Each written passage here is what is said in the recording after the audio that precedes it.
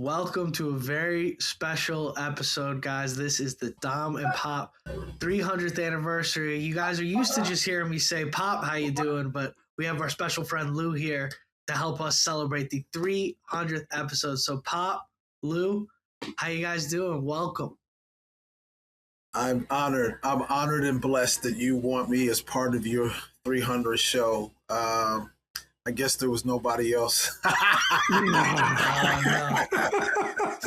It's not true. I'm honored, man. I'm blessed, man. You guys have been like family since we met a few years back. I just never vibed so much on a personal level and on a podcast.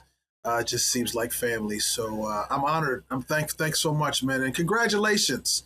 It's not always a given that a podcast reaches 300. I mean, it's just not done. Like, it takes a level of consistency and a level of passion to keep churning out content.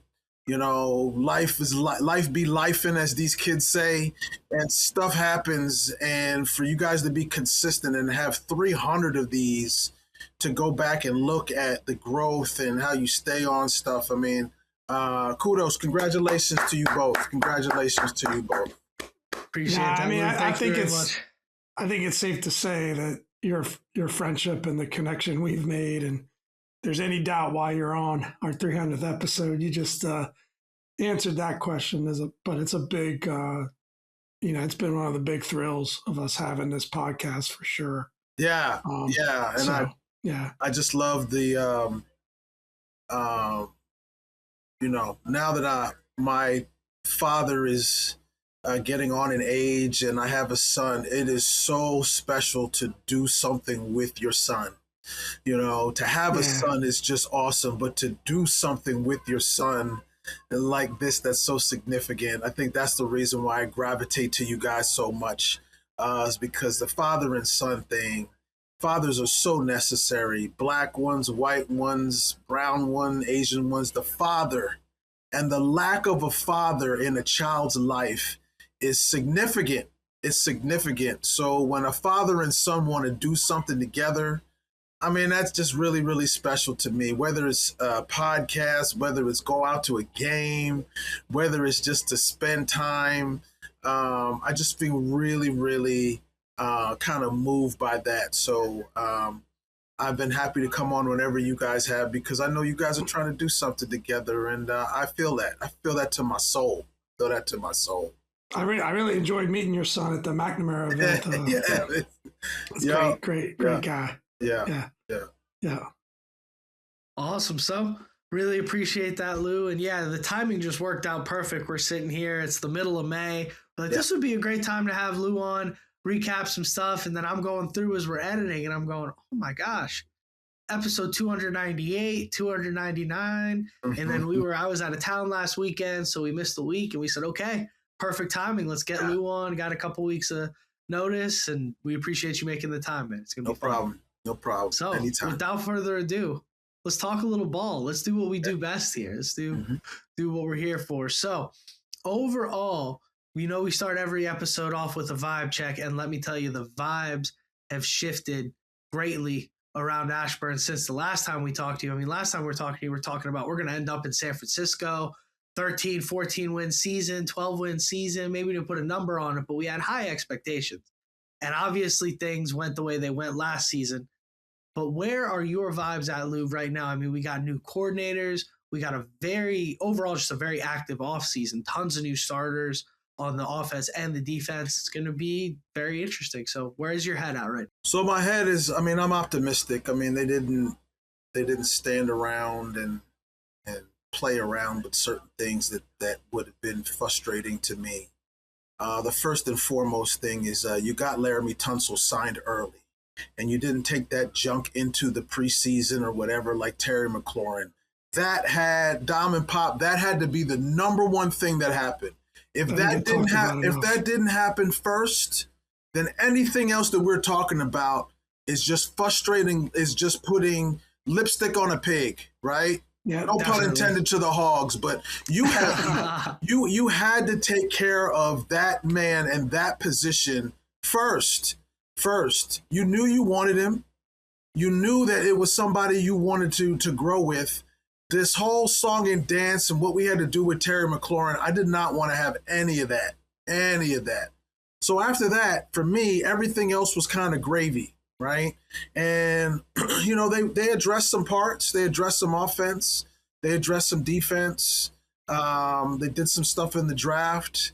They still have a lot of cap space left, but they can't be done. They can't be done. This defense was horrible last year. And, and I kept telling everybody I didn't want an offensive person at number 7. I did not. I didn't care who lined up with Terry McLaurin in April. I could care less. What I did want is for you to address the biggest problem in the room is the biggest thing you need to do, Dom and Pop, is give Jaden Daniels the ball back.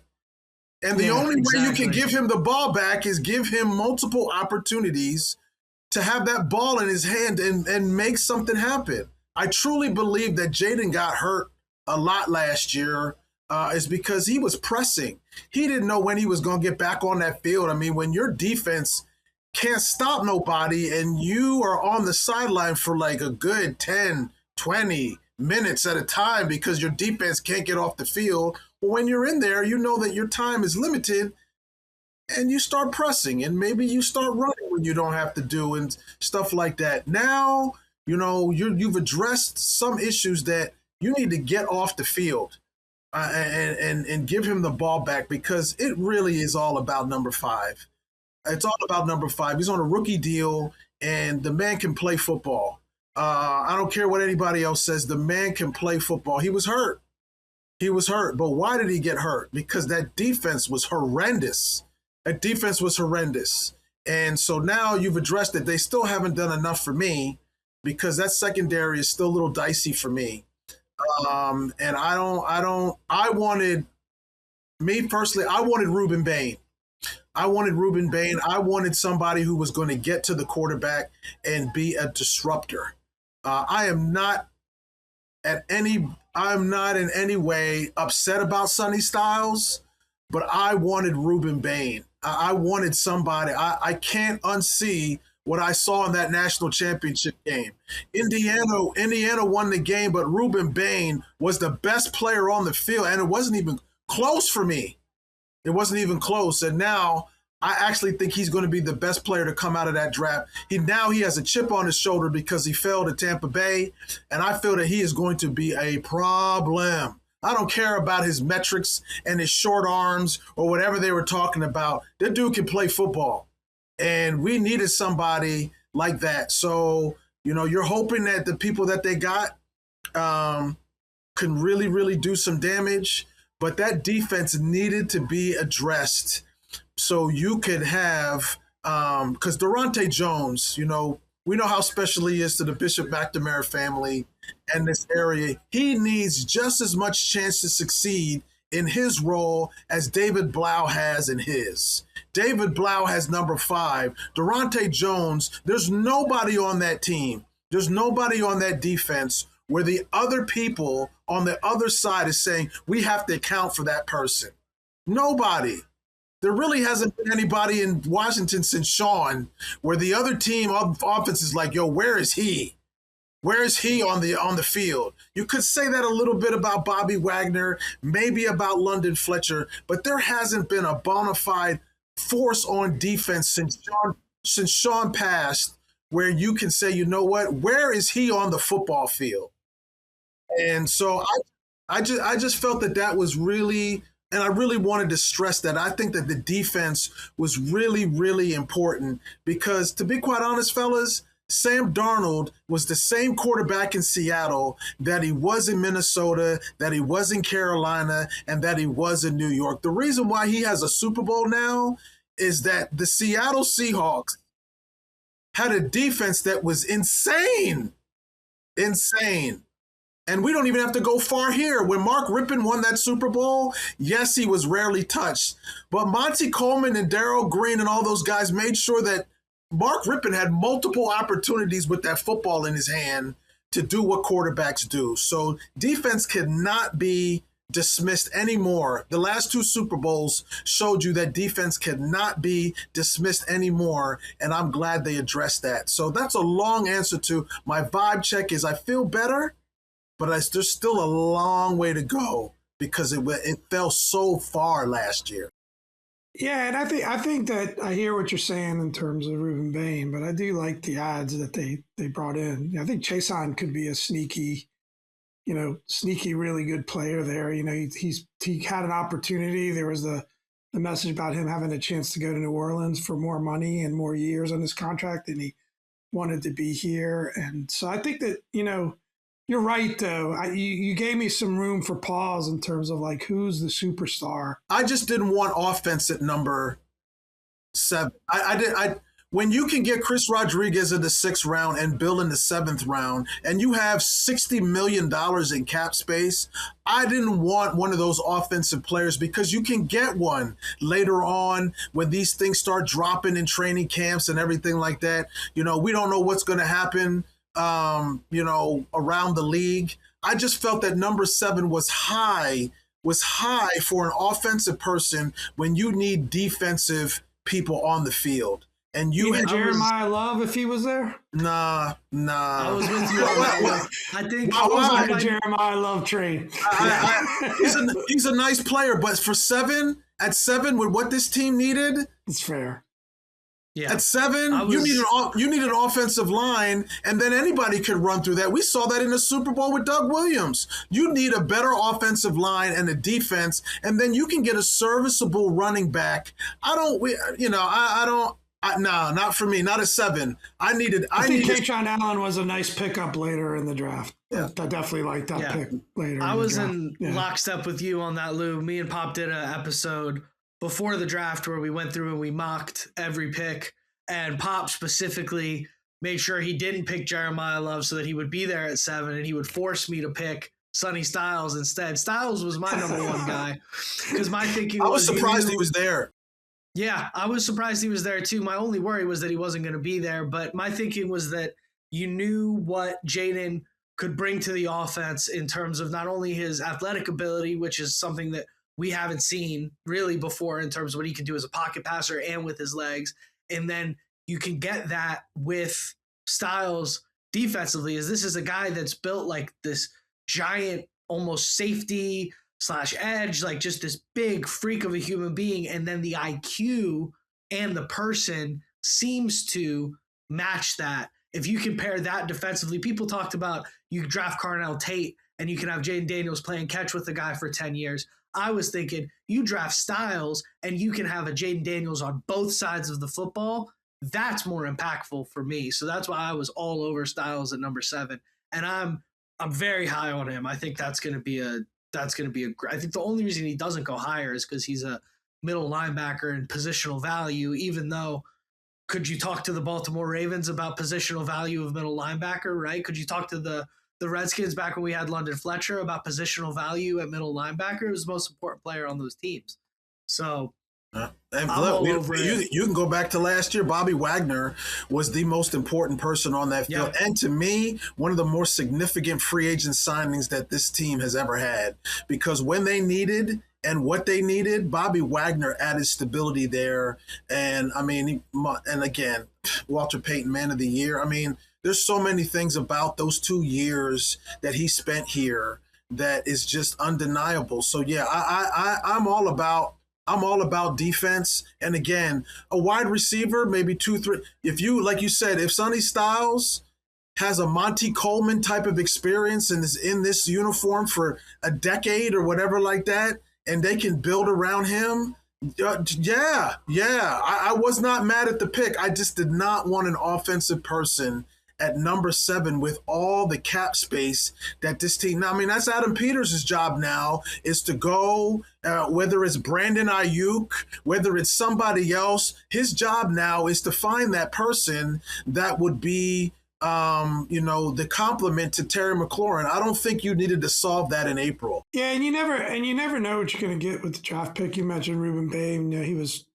Sounds like he was your number 1, edge on the board, and he ended up dropping and going 3rd for the edge position. What I liked about the Sonny Styles pick is just such a unique skill set.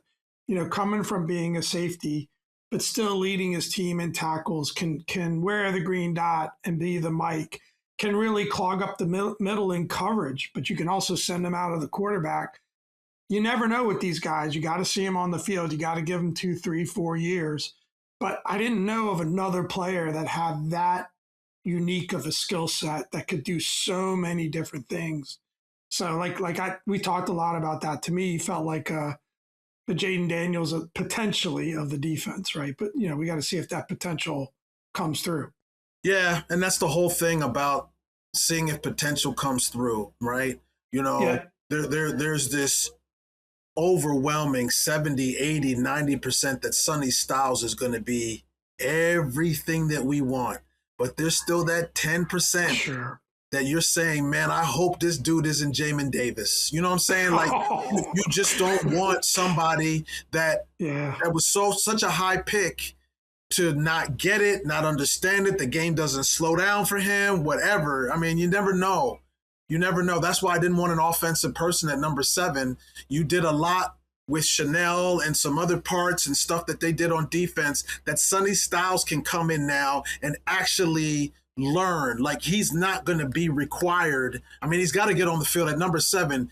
He has to get on the field early and often, but he's not called upon to be the savior of that defense. Like, there's so many things that they got around him that he can come in and, like, again, play all those positions and actually slide in, and have a nice career and not be so stressed. I think if an offensive person was played at number 7, man, you would be so forced to play him over and over and over and over again.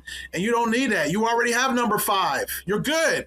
You're good. If you're good, you're good. So I just felt that they're not done. I don't think Adam Peters can be done because they wasted a year on Jaden Daniels' rookie deal, and now they need to swing at that piñata now, and especially for Dan Quinn, because I feel he's in a very, very precarious and awkward position right now, that he has tied his whole fate to 2 people who've never done the coordinator position in the pressure cooker before, right? And I mean, I'm going to throw it out there. I'm going to say it, and I'm going to say it, and I'm going to say it again. If you don't think that Josh Harris is looking around and knowing that Mike Tomlin is out there, right?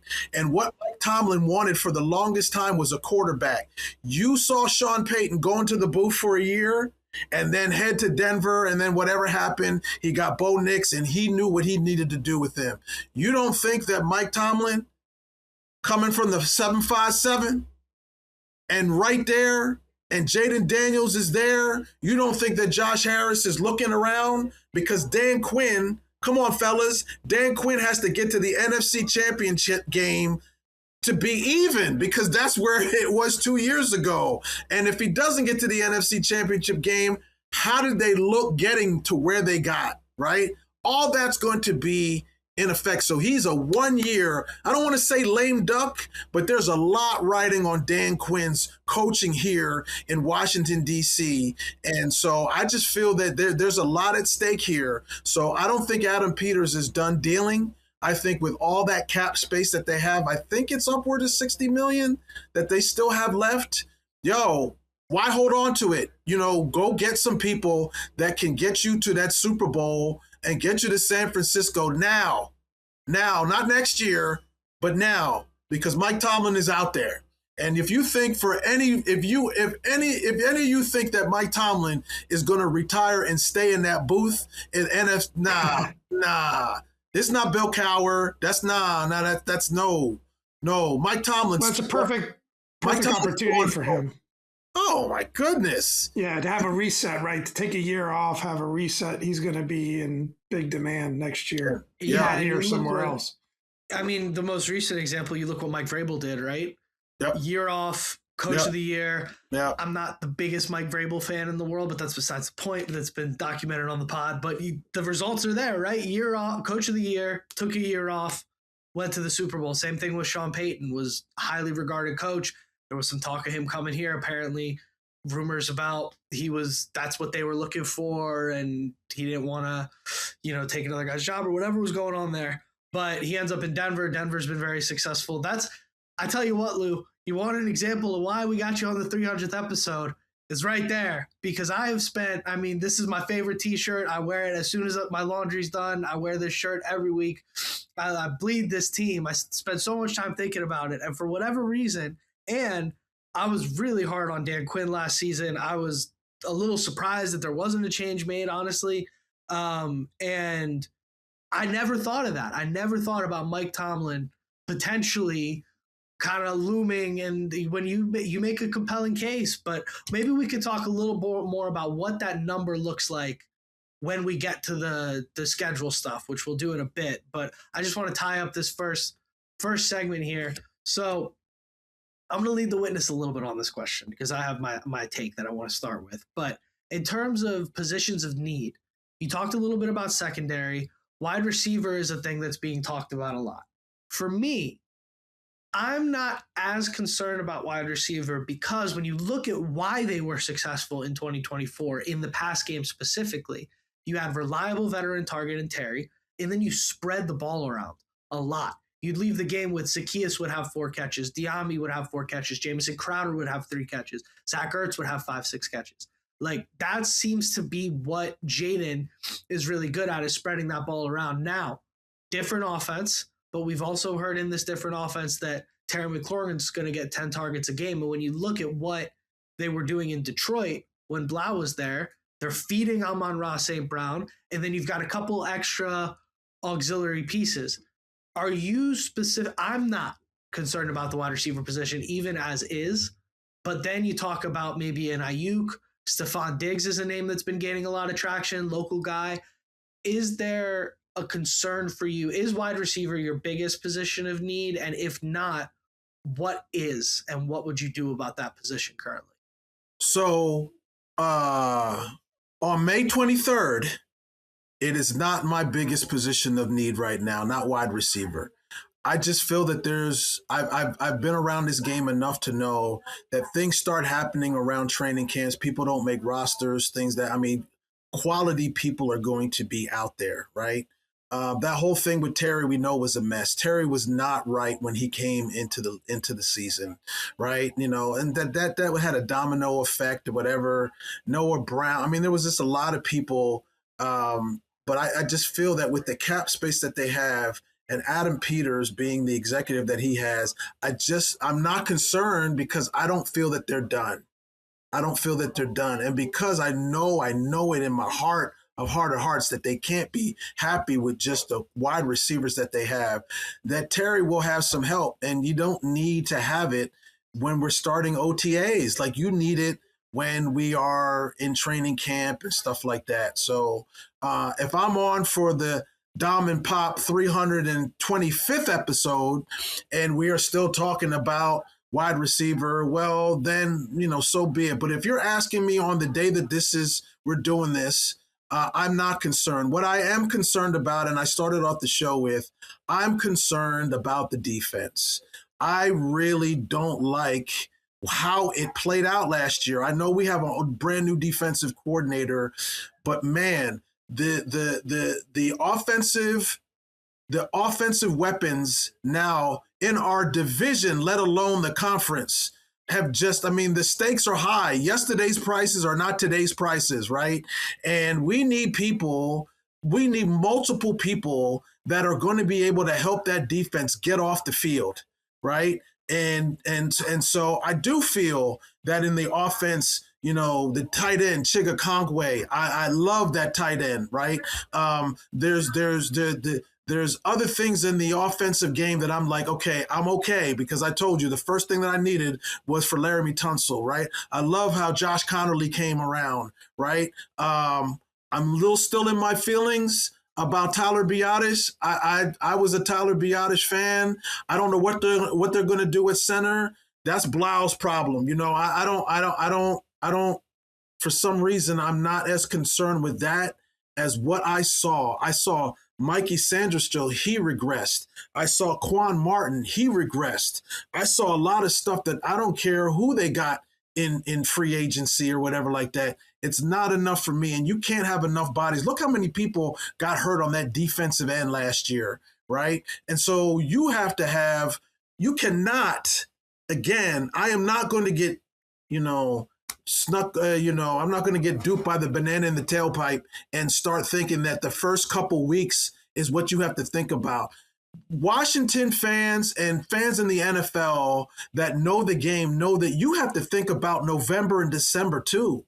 And when people get hurt and stuff like that, you need people who are going to, the drop off was so drastic when the injuries happened last year that I didn't want to see this team on prime time at all. It was a long night and they look bad. They look bad. So if you talk about positions of need for me, Dom, it's the entire defense. Whatever you need, just stockpile parts. People who are versatile like a Sonny Styles. People that can play the corner and they can play safety maybe. People who can do a multitude of things in Durante Jones's defense, because I do feel that he is that one guy who's going to be exotic enough. Stuff that we did not see with the previous coordinator, right? I do feel that he has he has the pedigree to try some things. Go Mustangs. He has the pedigree to try some things, and I am rooting for him, but I feel he needs more. He needs more because one injury can't just, wreck the whole thing. And that's what happened. That's what happened. I am not sold on Daron Payne. Right? I'm not sold on even Quan and Mikey. Like they dropped off so much for me. I'm like, you know what? It can't be. It can't be. It can't be. But I need some security just in case it was. I need some security because the defense is going to help the offense, right? And we all know from last year that this offense can put up points. They put up points with Bill. And they put up points with Rodriguez. They put up points when Zach Ertz was in there. They put up points when he wasn't in there.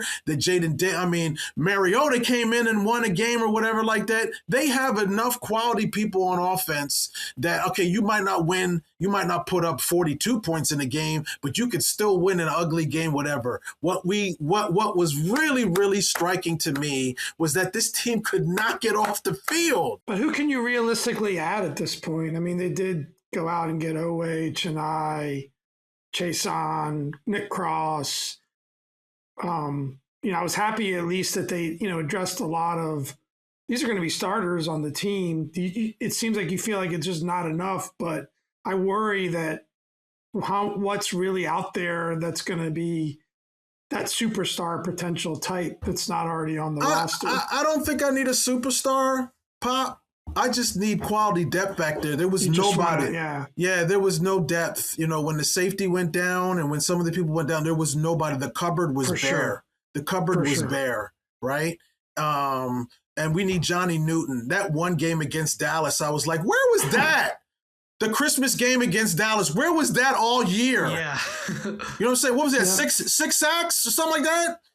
I mean, it was insane. It was insane. So I just need quality depth. Big year for him. I need quality depth, and you need that can happen on anybody's roster, Pop. You can get these people. I just feel that I just want to be competitive in November and December too, not just right out the box. And that's what good executives do. And I just felt that there was so much. So to answer Dom's question again, my position of need is more of a unit of need, and that unit is the secondary of the defense more than any. The secondary of the defense, because they were picking on them. I mean, look at the receivers in our own division, right? They're like, look, that's where we're going to feast on the Commanders' secondary. I hate that. I want them to be like, yo, this is going to be a tough day. I didn't see that. Maybe that front seven will help though. Yeah, hopefully. Yeah. You had, and that's the one bit of optimism that I do have, which I am in complete, again, lockstep with you on this, Lou. I agree. I think the secondary is my largest concern because you saw them improve everywhere else on the defense. And then they did add Nick Cross, which I think maybe because he's a safety and because safeties don't sign these $100 million deals, that you look at him and you might underestimate not you specifically, but as fans, we might underestimate the impact that guy could make, as opposed to having a guy like Tyler Owens, who was back there for a good portion of last year, or Jeremy Reeves, who these guys are both special teamers. Having them as your starting safeties was tough. But yeah, I mean, I look at Samerstill, like you said, took a big step back last year. You look at, you don't know where is true north for Mikey Samerstill. Is it what we saw in 2024? Is it last year? Is it somewhere in between? You can't bank on any of that. You don't know. You hope it's closer to what you saw in 2024 because you like the guy and he's a great teammate, good in the locker room, all those things. But then you have Amos, who showed a lot, and I personally think has what it takes to be a number one corner in the NFL if you have a good number two. But coming off a broken leg, was a rookie last year. Same thing. We saw the promise that Samerstill showed is after a year of tape, is there a tendency that he has that can get exposed next year?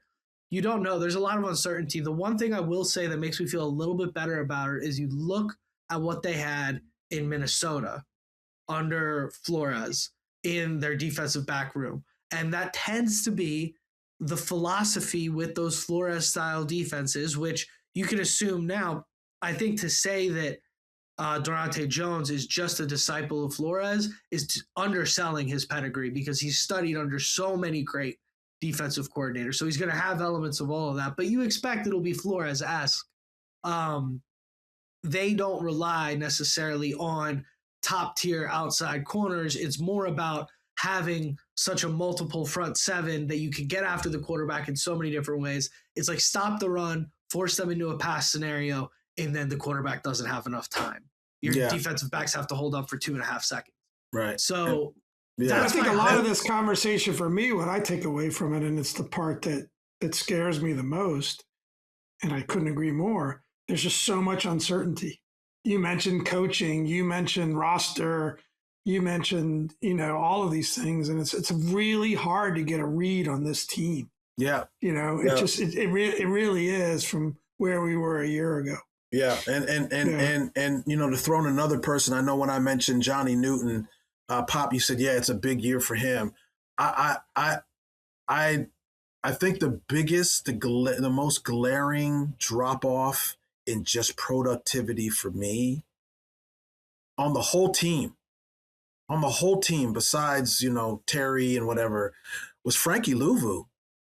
Yeah, I mean, I was like, I mean, he was insane that first year, and then he just was not placed in the right positions, and he just looked, if I can say the word, he looked docile at the end. Like he didn't look like the mad Samoan. He didn't look like that at all. Right. And so if all these people can be part of that front seven that you were talking about, Pop, that's going to make things easier for that secondary. I mean, we need to bring it. We need to bring it, and we need to bring it. There's nothing wrong with having an insane and sick defense, right? There's nothing wrong with loading up and just being ignorant with it. Like right. Why not? Why not? Like, this is the time. Like you look at all the. Let's just take that class. The class that Jaden was in, right? And you mentioned some of it. Bo Nix and Sean Payton, right? Johnson and Caleb Williams, right? Who's the other one? Drake May in New England. Josh right? McDaniels. Right. They all have established coordinators and coaches with these quarterbacks. Jaden is in the most precarious position of all of them. Of those, right? Those four, sure. And yet because JJ McCarthy doesn't count, and neither was the left-hander in Penix. They don't count. I'm talking about those four. They're all going to be measured together. Who's going to get to Super Bowl ring first, right? And Jaden still has the most talent out of all of them, but he's not in the best spot. Which is crazy because coming out of 2024, it is so wild. Coming out of 2024, the big thing that everybody was talking about was Caleb had no chance. Jaden was in the most successful position. He has the established coordinators. Now Cliff Kingsbury, I say this to not be as disrespectful, but also Cliff Kingsbury didn't even get an offensive coordinator job coming out of what happened last year, let alone a head coaching job, as we were saying was going to happen. And now you've got Blau, who I think JP says this on the radio all the time, and I had said it this time last year, and I agree. I think if you told us this time last year that David Blau was going to be the offensive coordinator going into this season, we all would have said, yeah, sounds about right, because we would have thought we won another 13, 14 games and Cliff Kingsbury went on to go be a head coach somewhere. But the internal hire, how do you feel about the Blau hire in general? Because an internal hire coming off of the unit, disappointing last year, and you essentially firing the coordinator, where is that? How does that land for you? It landed a little weird for me, and I've gotten comfortable with it, but how did that land for you? You can look at it two ways, Dom. That one, he's never done it before, so, oh, shoot, what are we going to get, right? Or that nobody knows what David Blau's going to do, so there's no tape on him, and there's no tape on his recklessness and how he's going to move people around. There was stuff that I saw from the press box that I if I could throw stuff and hit Kingsbury from it, I would have, right? Like there was times when Rodriguez was the best person in the backfield and you wouldn't use him, right? Yeah. I hope it doesn't take him that long to figure out, what works and what doesn't. I don't care if the coordinator's up high or down low on the field. Figure that thing out. And so I'm going to give him a chance. I think everybody has a short hook here, and like you said, I think that Quinn waited too long to pull the trigger on that defensive coordinator thing. The thing was off the rails by the time he got it, right? And he's a defensive guy. He's got to put his stamp on things too. And I think, you would think that the one advantage Durante Jones has is that he has Dan Quinn with him, who's a proven defensive coach. With Blau, it's less the case. There are some really good assistant coaches and but I'm optimistic though. There I'm optimistic. Yeah. Dom, I'm optimistic. I think that I'm gonna say this and very, very poignantly. I'm gonna say this. Number 5 makes everybody look better. Sure does. Yeah. And so it's not like he's coming in with somebody who's not a once in a generational talent, right? It's just that I hope Blau knows to know how to use him, and I just felt that. But it all is all cyclical for me. If Blau and Jaden Daniels feels just like last year that they're not going to get the ball back, but so many times to do what they need to do, it's human nature. They're going to press. Dom and Pop, if you knew you were only going to get in the game for 5 minutes, right? You're going to do all kind of stuff to make that 5 minutes count, right? Yep. But if you know that your defense is so sick, right, that I'm going to get another chance. It's okay. I know you were 3 and out this time, but I don't have to wait until the second quarter to get the ball back, right? I just feel that is a lot mentally for a young quarterback who wants to, the reason why he was in that game where he hurt his elbow is because he was still trying to make things happen. That's his normal routine. And so because they were behind. And, the whole that was crazy. They were behind in a lot of these games, and Jaden has to play catch up. And that's not a good move for any quarterback. Lou, you see me on here, and you've met me many times now. I've had the pleasure. You see me as a pretty relaxed guy. When Jaden got hurt in that game, because there's no business being in that game. The scream I let out in the house was like, and so listen, it was not good. Listen. On my YouTube channel, The Holder Hangout, shameless plug, I interviewed Tony Dungy, who was there for the Monday night for the game, for the Sunday night football game, and he had no problem with it.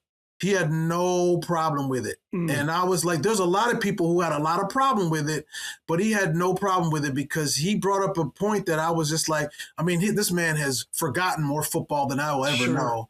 He's in there talking about Peyton Manning, and if Peyton Manning had done the same thing, he would have let him play. He's not coming out of the game. I was like, okay, I mean, I'm just there to interview. My job as a journalist, I'm going to ask you the question. Of course. You give me your answer, whatever. But I know that this fan base was more like Pop, like yelling and screaming. What is he doing in there? Exactly. But I mean, I think that it's really wild to see how there's been a lot of talk this week, top 10 quarterback rankings and how far they've dropped Jaden in that list. And I feel like when I look at last year and I look at, okay, completing 60% of your passes, 8 touchdowns to 3 interceptions, he still ran the ball for almost 300 yards. Yeah, he got hurt, but it was a weird year. Like the offensive coordinator and the head coach and the GM, for that matter, were not all on the same page, and it just to just take him down that far a peg. I mean, what did Drake May do in the playoffs? He had a great year, but look at his playoff run compared to Jaden Daniels. I just don't. I mean, I guess I get it because the performance wasn't there last year in a whole. I love the fact that he's being underrated or discounted, but man, can't wait. Pop. Let me help you out, Pop. Let me help you out. Yes, sir. Don't listen to any of those rankings. It's toilet paper. I mean, it just is for it's just for you to just get upset. That's what it's for. and I don't want to see that to you. I don't want to see that happen to you. I gotta keep my blood pressure. I have a physical. I gotta keep my blood pressure. I don't want to see that happen to you, Pop. That was great. Yeah, I needed that. I needed that. The guy was the best player in football in 2024. Like it's not a it's for me, he's earned at least this year. Now, if over the course of this whole year you see things start to go one way or the other, it's maybe a different conversation, but with the injuries last year and what we did see when he was healthy, we were in LA and he was dominant. Like he was unbelievable. So you've got to kind of go with it here. But I don't think Jaden Daniels is a one-hit wonder. I just saw too much that, again, he had Terry from the beginning. He had a lot of parts, but again, what we failed to realize is on that way to that magical season, the balls they just fell in our favor. Like, I mean, everybody's talking about, the miracle in Landover. They were behind in that game, and they had to pull it out of their behind to win it. Jaden Daniels, by himself, won that team like 3 or 4 games. They weren't as good as they were, but they weren't as bad either because that Steelers game, I mean, come on. Everybody in the whole stadium know that Zach Ertz 2 years ago got to the first down marker, and that would have closed out the game. So you won some games that you shouldn't have won, and you lost some games that you shouldn't have lost, and everything worked together. But when you got into the playoffs, you had a doink in Tampa, and you came in dominant. But then, I mean, the first play of scrimmage, the Eagles just ran roughshod over you. So it was like I didn't feel that team had arrived at all. I felt that, okay, we're starting something here. We are, and the thing is, we had been so used to guys talking about foolishness in Washington that the last 2 years have been so nice that we're actually talking about football on podcasts and not about the FBI raiding your building and all kind of stuff like that. And then the owner doing unscrupulous stuff with the monies and cheerleaders and all kind of stuff like that. We're not talking about any of that. We're talking about a team that is still illegitimate, right? To me, I'd rather them not be on any primetime games. I would rather them be in the 1 o'clock Siberia window for the entire year and them never be on any game. But there's still something about Washington and what they've been doing. And that is a credit to what they've been able to do. Washington is still one of those teams that people are just like, I'm intrigued. I mean, and the draft is coming here next year, and there's just a lot to still be excited about. But I go back. I go back and tell you, Dan Quinn has hitched himself in a very, very interesting spot because it's not just how they play. It's not just the football playing. It's how they are playing football that owner's going to sit there and be like, you know what? Yeah. Well, that's the best thing about sports, right? It's the best reality TV out there. That's what I always say, because we're gonna get to watch it play out, and we're all gonna hope that it does. It's for the best and be optimistic. But Yeah, we'll have to see. Let's talk about that, because great segue there, Lou. We got last thing we want to finish up. We got our scheduled release. Yeah. And we've said now a couple times it's going to be not only what that result is, but how do we look getting to that result, right? Because you're gonna lose some games. Probably gonna be a couple that get out of hand. You're gonna win some games. Hopefully, there's more games that get out of hand by us winning them than losing them. But what to you sticks out when we look? Let's take a more zoomed out look here at the schedule rather than going week by week. What to you sticks out about this schedule, and where are some key break points or something that you're going to be looking for to see over the course of the year to either say, okay, success, or maybe this thing's not going the way we'd hoped for? Man, that's easy. The first 6 weeks of the season. The first 6 weeks of the season going to tell me everything. You got two division opponents on the road, and then you got the defending Super Bowl champs coming into your building, right? And then you go to London, and then you come back and you have the Giants, who under Harbaugh is going to be a totally different team. You have played your whole division, an overseas game, and the defending champs in the first 6 weeks. That's going to tell me everything I need to know, because all your parts should be there, hopping and raring mad and ready to go. If you look bad, we'll know. If you have not, coaching them up, well, no, I don't care who the opponent is in London, to be quite honest. But I'm looking at the defending Super Bowl champ and your entire division early. And for the first time in eons, we got a decent bye week. Usually the bye week is in week 10, 12, 14, 16. You got a good bye week. So I just feel that this is, the good thing about football, the reason why people are always talking about load management in basketball and baseball and hockey is there's so many games, right? With football, every game counts because there's not many of them. And if you come out of that at 1-5 or whatever, it's tough. It's tough because after that bye week, isn't it? I take a cross country flight to San Fran. It's right before the bye. Week 6 is San Fran, so they go to London. Week 4, come back, play the Giants, and then go to San Fran. Not only San Fran, super tough. San Fran on Monday Night Football. So you imagine the scenario. There's two situations. The scenario we all hope is that at that point we're 3-2, 4-1, even maybe 2-3, and we lost a heartbreaker, and we're headed into San Fran on Monday night. We can really compete. But in that situation where you're headed into San Fran, like you said, 1-4, 2-3, and it wasn't close, and you're now going to go see Kyle Shanahan on Monday Night Football, Week 7 at 8:15 p.m. flying across the country. That's not the way we were hoping to go to San Francisco, right? That could be tough right before that bye week. But one thing I like about the schedule is that later in the season, you hit this stretch of like Cincinnati, Arizona, Tennessee, Houston, Atlanta, Minnesota.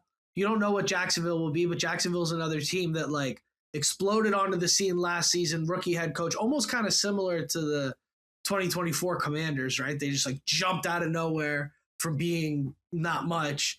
You've got this stretch where if you can get through the first 10, 11 weeks at around that 500 mark, maybe a game or two above 500, but you're scrappy and things are looking, not 500 how we saw last year, 4 weeks into the season, 500 like a strong 500 team. Now you've got an opportunity to get hot at the right time of the year and chop some wood and maybe get into a wild card spot, or with the way the stories are coming out about Philly, maybe 10, 11 games does take care of the division this year. It's an interesting way it lays out, where I agree. I think those first 6 weeks are going to be super pivotal to how the season turns out. Yeah, the first half of the season is brutal. I'm not a big schedule predictions person because so much can happen. Sure, so much changes. All the teams that you mentioned, they're still professional football teams, and this team can't take anybody for granted. And it's that off game where somebody gets hurt. Like the Zach Ertz got hurt. What was it against Arizona? You just man, it's just that you never know. But again, I feel that with everything that I mentioned the last half hour to you guys, with everything in play, it is imperative that this team gets off to a solid start. And when I mean a solid start, like you said, Dom, if you lose a game in a heartbreaking fashion, whatever, that to me is solid. You're going to lose some of those games, and you might, when you get to that other part of the schedule, pick up some games that you probably, that's the way the ball bounces. But if you come out looking lackluster against Philly and Dallas, and then the Super Bowl champs, and then everything, I mean, it's just going to be telling. Like, oh shoot! Like I said, well, that's the advantage of it. Like I said, we're either going to see one of those things like, wow, we don't know what David Blau and Durante Jones got. This is going to be interesting. Or, wow, these two are just overwhelmed and they don't time management, clock management. I just hope the things that are just the low-lying fruit don't come up to bite us, right? I just want it to be like, oh, wow, we just had a ball bounce the wrong way and we should have had that game or something like that. Yeah. That's what I want out of the first 6, 7 games of the season. If it comes up that the defense is struggling, like I said, and here goes Jaden Daniels again struggling and having to press and everything like that, it's going to be a long year. It's going to be a long year. You can use that tough start to your advantage, because if, you're not going to have, let's say you split the games against Philly and Cowboys, they aren't on your schedule on the road anymore. They're out of the way, right? So if you could come out of that initial stretch 500, you don't have those tough games on your schedule later in the year like we've had in previous years, and you can use it to your advantage, but they got to be ready. Yeah, that's the biggest thing. I think at the end of the day, if you're putting Jaden in a situation where the team's not hurting him at minimum, because that's what the team did last year, was hurt him. If you put not both physically and from a play perspective, if you could put where the whole rest of the team is neutral and Jaden can impact, we've seen what will happen there. Because I would argue, like you said, Lou, in 2024, he was covering up a lot of the junk that was happening. Superman. Yeah, said that before. Superman. So to wrap this thing up, Lou, I know you wanted to speak a little bit about, you had a really special event you got to partake in. So I'd love to just give you the floor to talk about the situation. Oh, with, So Redskins legend Monty Coleman. Yeah, so listen, I'm just gonna go back a few. Dom, this ain't for you. This is for me and Pop. You can listen. This is for me too, man. I'm a history buff. Got you. Shot you. Before all the LeVar Arringtons and the Ken Harveys and the London Fletchers and the Bobby Wagners, that's just in Washington. Before I really fell in love with defense, Monty Coleman was the Superman. He was the guy, right? There was the Hogs on offense, but Monty Coleman was that one guy that you were just like, yo, and his end numbers proved it. Only Darrell Green had played in more games than Monty Coleman. And one of my joys, fellas, of coming back here to Washington, D.C. to cover sports was to actually befriend and actually talk to some of the legends that I actually watched when I was a kid. Right. That was one of the great parts about when I got this job at Fox 5 in Washington, D.C., that I was like, yo, I get to come home and I get to cover. Right. And my first year back here was Darrell Green's last year. Right. Darryl Green's last year. My first year back was Darryl Green's last year. Steve Spurrier was the coach. Patrick Ramsey had the nerve to hold out. And it was just, it was a lot. And I remember that last game that Darryl Green had when he around the stadium and everything like that. Man, one of the joys of that whole year was getting to meet people like Charles Mann and Monty Coleman and stuff like that. And then over the years, you would just see that certain people would come back for the homecoming weekends and stuff like that, right? But on a rare moment, you would see Monty come back because he had so much going on. And, the last 2 years, Darryl Green getting his number retired and then Art Monk, and having a chance to see Monty Coleman at both of those events, it was something special. Whoever your favorite Redskin was back in those days, chances are Monty Coleman was one of their favorite teammates.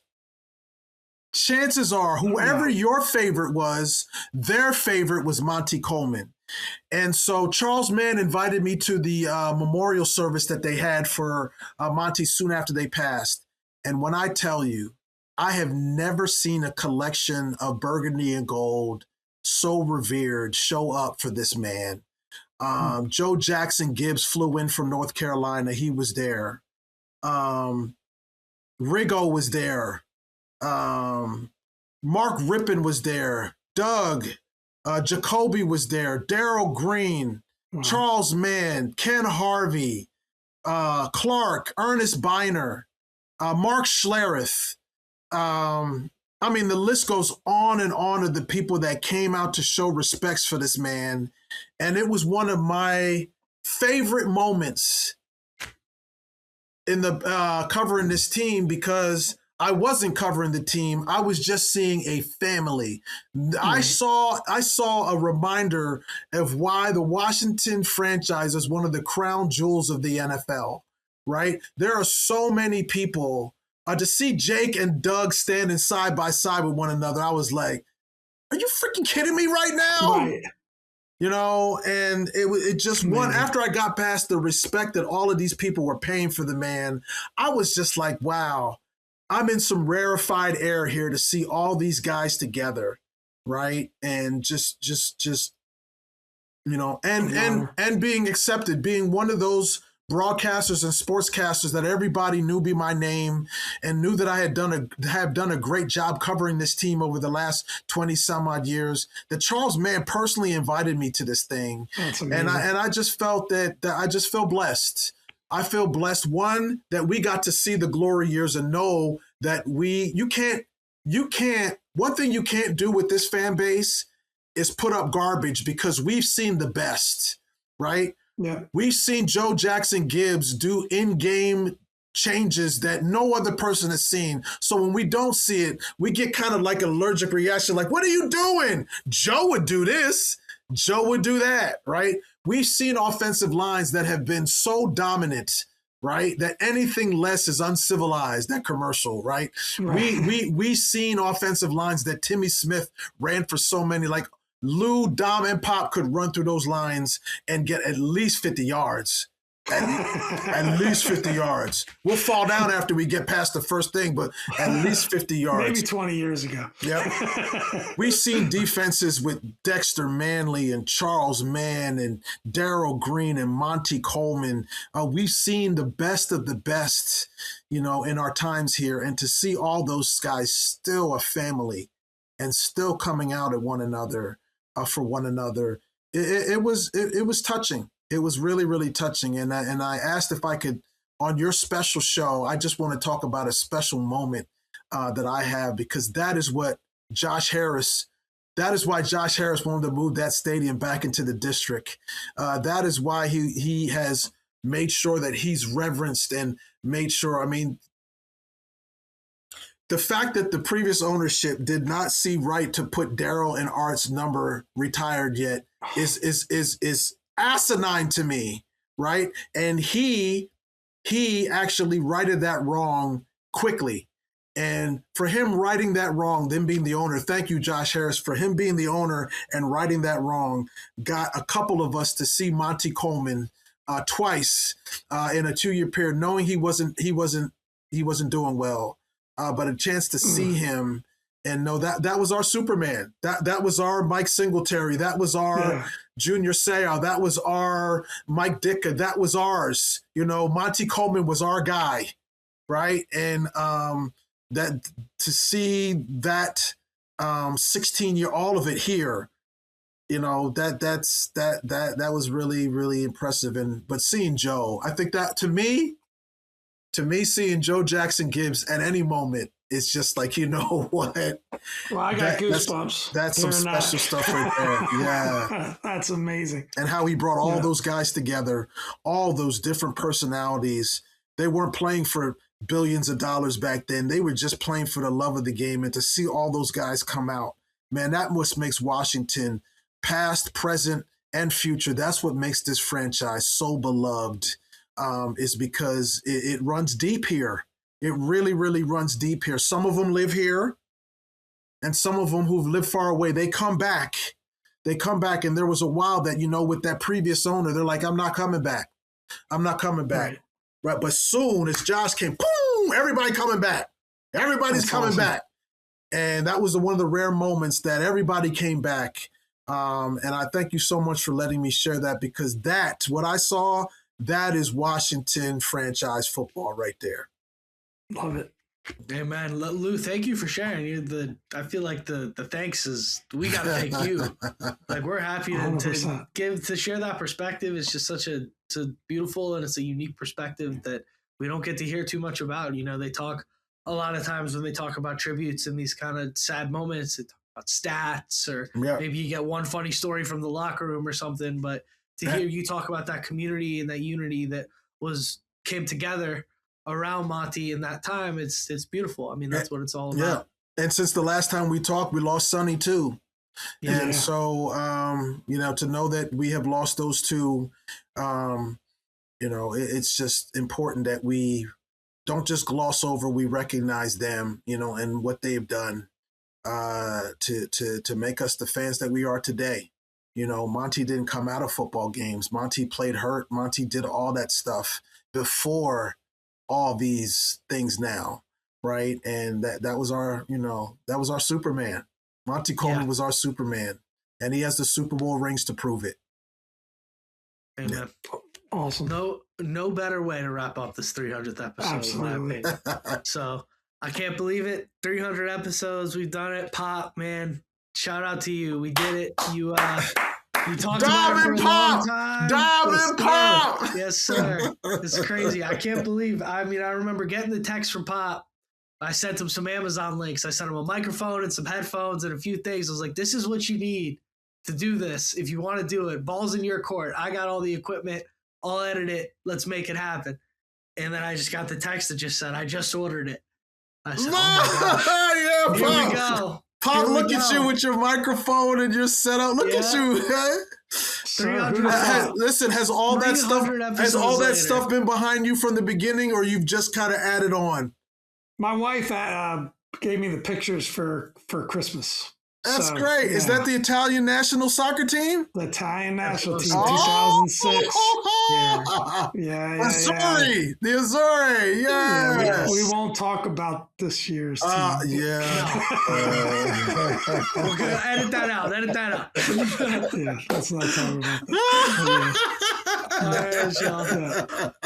Let's wrap this thing up. It's been a blast, Lou. Thank you again. Without further ado, guys, don't forget to like, comment, and subscribe if you've had a good time.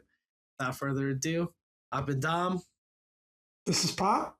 And this is Lou, Sweet Lou Holder. Yes, sir. It is. Thank you all for watching. Have a great week, and hail to the Commanders. Yeah.